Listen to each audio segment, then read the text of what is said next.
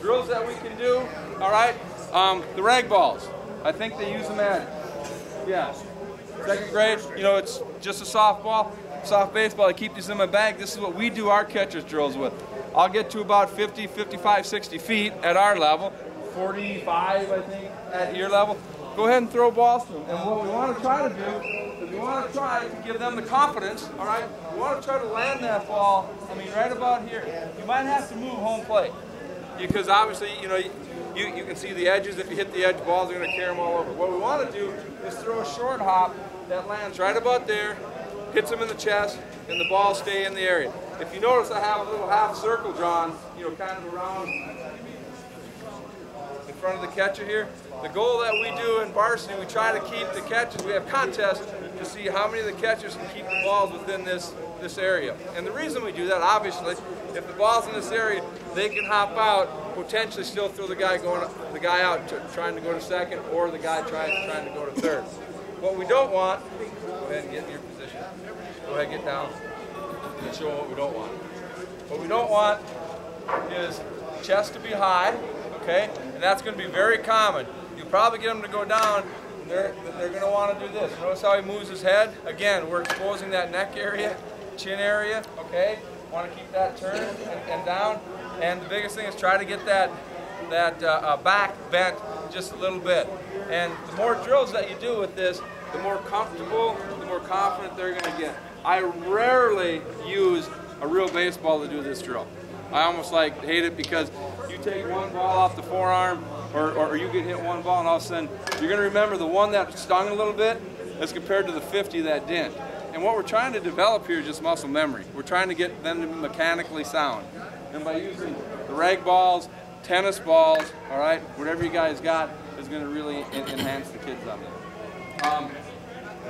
Ball right at you. Okay? Ball to our left. All right, we're teaching that. We're going to go that way. Same thing, the coach is really just pushing on the hip. Notice how he gets over, he makes a turn, all right? The reason we're turning is he wants, again, to win a Diet Coke for me, all right? He wants to keep that ball in a circle. All right?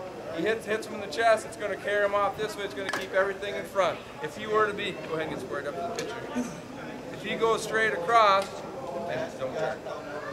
If he goes straight across and doesn't square up, the ball hits, you know, it's going to roll that way. That's going to be enough for the guy to advance.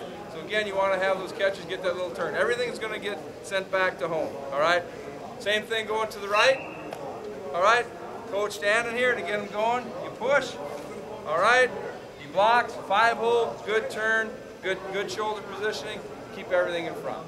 Questions on that? All right. Last thing that I got before we move on, throwing, okay? All age appropriate. What we want to try to do, the stronger their arms get, the stronger that they get physically, okay? They're going to be able to apply some of the stuff we're talking about. We want to try to get the ball in the air as fast as possible for catching, all right? To do that, we're just going to compact their feet. The two examples are, I try to teach this triangle that I draw on the dirt, all right? Roughly, again, shoulder width apart. My feet stay on the back part of the triangle, okay? When I go to throw, my throwing foot is going to the tip of the triangle, all right?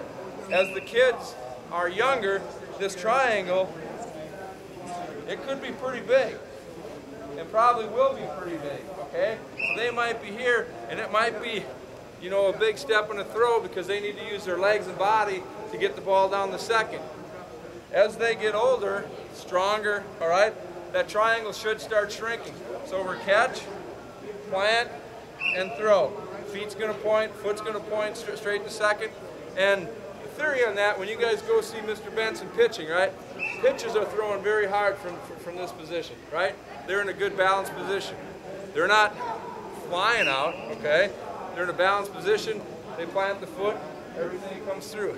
Catching, if you think about it, the exact same way. We're at the tip of our feet are shoulder width apart. We're coming to the point of that triangle, and it's really a balance. All right? Then we come out and go ahead and throw. Questions on that? As the kids are younger, you're going to see them, you know, catch, jump, come out and throw, that's fine, all right? As they get older, hopefully we shrink that, and you just want to, you know, keep working with them on that. Arm strength, I get asked that probably the most. How do we get stronger arm? How will we be able to throw? The biggest thing that you can do, play catch, play catch, play catch. Long toss, long toss, long toss. All right? We do it all the time in catches. When I was playing in Oakland, LaRussa actually put the clock up. We had to play catch for 15 minutes as adults, as big leaguers. 15 minutes for the first probably 15 days of spring training. And of course, guys would throw for 2 or 3 minutes. Yeah, I'm good, I'm good. No, you still got, 12 minutes to go. And you start out close, get long, get to the point where you're throwing and the ball hops a couple times, then you start bringing it back in. And you'll be amazed. And that's something, you can incorporate into your practice if you want. More importantly, it's something you can incorporate in at home. Just physically playing catch with the kids. I can't emphasize that enough. It's probably one of the most, underused tools and easy tools that are out there.